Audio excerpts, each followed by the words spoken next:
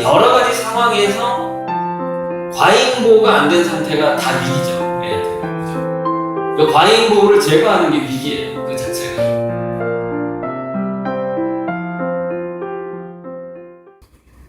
그러니까 이게 위기는 뭐냐면 10살 이전에 어떤 놀이터나 공원이나 자연계에서 이렇게 자기가 체험하면서 뭐 고기잡이 하면서 과일 따면서 그게 위기인데 버려서 있는 게 보면 나쁜 게 아니에요. 건강에 좋고 두뇌 개발에도 좋아요. 말벌 한 마리 정도로 안 죽어요. 자, 위기라는 건 뭐냐면 그게 자기 주도성의 출발이에요. 내가 이 장애물을 통과를 해야 되는 거야. 엄마가 옆에서 안 도와주네. 엄마는 그냥 이렇게 얘기하는 거야. 야, 넌 네 일 해. 난 엄마 일 때문에 바쁘거든. 야, 내 인생은 내 인생이고 네 인생은 네 인생이지. 항상 두뇌가 성장기이기 때문에 나를 위협하는 라이벌이 있어야 돼. 적이 있어야 돼. 그럼 두뇌가 굉장히 활성화가 됩니다. 노르아드레날린 나오면서 신경망이 막 고속도로가 생기면서 막 발전하는 거예요. 그래서 10대 때는 토론 수업을 해야 돼요. 토론 수업. 토론 수업은 뭐냐면 하버트가 거기서 나온 거잖아. 하버트가 일찍 시작하잖아요. 그래서 우리는 이제 그 토론 수업, 그다음에 플리트 클래스인가 그래가지고 거꾸로 수업 이렇게 하면서 서로 발표하고 비판하고 이제 그렇게 하면 그 라이벌 의식이 생기는데 그게 위기예요.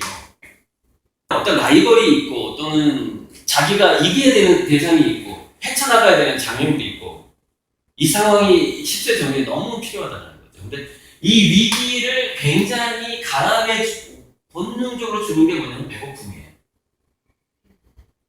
그래서 이 배고픔이라는 것은 쭉 끌고 가는 건데 이게 사실 평생 끌고 가야 돼요. 살짝 배고픈 게 인간은 건강하고 도파민이 많이 나고 암도 안 걸려요. 모든 그런 자 그게 위기. 그 다음에 기여인데 이 기여는 이제 여기에서 봉사하고 관련된 건데 이 기여는 뭐냐면 기여한다는 느낌에 주목을 해야 돼요. 기여한다는 느낌은 뭐냐면 이제 거기는 어떤 윈윈이 들어가 있어요. 나에게도 좋고 저 사람에게도 좋고 그런 행동을 하는 모든 것이 기여예요. 엄마 아빠가 이 가정을 이끌어가기 위해서 어떤 노력을 해요. 그런데 그 노력에 자녀가 어릴수록 너가 우리 집안 살림에 참여하고 있다는 것을 계속 느끼게끔 해줘요. 그러니까 저 같은 경우는 정말 뭐랄까 유치원 7살 때부터 산에 나무하러 다녔어요. 산에. 근데 그게 뭐가 중요하냐면 자기가 육체 노동을 한 노력의 결과물이 아궁이 속으로 들어가는 것을 관찰을 했고요. 그게 밥이 되는 걸 저는 관찰을 했잖아요. 아, 내가 나무를 하면 이게 밥이 되는구나. 유치원생 나이 때부터. 왜 공부해서 이거를 느끼지 못하느냐, 기여를. 당장의 결과가 안 보이는 거예요. 제가 나무를 한다거나 또는 아르바이트를 해서 용돈을 마련해서 엄마 선물을 사준다거나 그 기여가 바로 그 짧은 시간에 피드백, 보답을 느낄 수가 있기 때문에 또는 엄마의 그 밝은 표정을 볼 수가 있기 때문에 이게 느껴지는데 자 영어 수학 공부가 기여라고 생각하죠 사실. 왜냐면은 야 너는 공부하는 게 도와주는 거야 라고 엄마 아빠가 얘기를 해요. 기여하는데 30년 걸리네.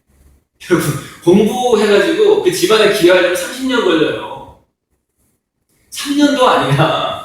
군대 가는 것보다 더 힘든 거야. 이건 군대 가면 그래 3년 동안 내가 국방의 일부라도 하는 30년 후에 기여를 할 수 있는 문제를 이 힘든 일을 왜 하는지 의미를 알 수가 없는 거예요. 왜 내가 이 책상에 앉아서 참아야 되는지를 뭐냐면은 이론적으로는 막 엄마 아빠가 야 공부는 왜 어쩌고저쩌고 얘기를 하는데 몸으로 안 느껴져요. 몸으로 느껴지는 건 뭐냐면 땀 흘리면서 저기 주말 농장에서 일을 하거나 호주에 워킹 홀리데이 이런 걸 보내가지고 돈 좀 벌어오게 하거나 빌딩에 낼 거라도 내가 새 들어 산다고 얘기를 해야 되고 돈 있는 척을 하면 안 돼. 왜? 기여가 안 돼요. 그래서 부잣집 애들이 가장 잃어버리기 쉬운 인성이 뭐냐? 기여와 봉사예요. 왜? 그 의미를 알 수가 없어요. 무슨 얘기냐면 자기가 그 알 수 있는 경험 자체가 없어요. 우리 애가 집안 살림에 뭔가를 기여하고 있다는 느낌을 평생 갖게 해야 된다는 거예요. 평생. 3살부터, 아니 5살부터. 5살만 되면은 부엌에서 요리를 시켜야 돼. 야, 밥 먹으려면 너 밥상에 앉을 자격이 있으려면 너가 양파는 까야지. 응? 까. 양파 써는 거가. 비빔밥 먹고 싶어? 네가 섞어. 지금 딱 주면. 응? 자, 그 다음에 이제 이거 뭐냐면 독서 내용인데 이 독서라는 것은 취미로 바꿔도 됩니다. 꼭 책을 보라는 얘기가 아니에요. 그냥 운동을 해도 되는 거예요. 제가 그냥 워낙에 이제 독서 책을 좀 잘 팔아볼까 하고 독서라는 제목을 단 거예요. 근데 저는 사실 독서를 그다지 지금 원하는 편은 아니에요. 인공지능 시대이기 때문에. 그러니까 취미 중에 독서도 있고 이건 영화로 바꿀 수도 있어요. 그러니까 영화만 계속 봐도 돼요. 그러니까 미국에서 어떤 사례가 있었냐면은 공부를 못해서 대학도 못 가고 영화관에 청소부로 취직을 한 젊은이가 있었어요.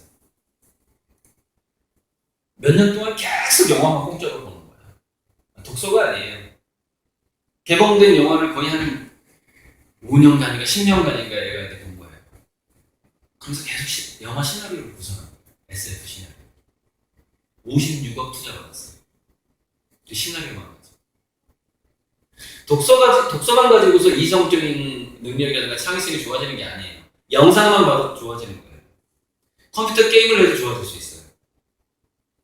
내공이라는 것은 꼭 독서와 연관되는 건 아니에요. 하지만 왜 제가 독서를 대표적으로 집어넣느냐? 내공을 쌓는 속도가 가장 빨라. 자, 그렇게 이제 그런 내용들이 이 책에가 있어요.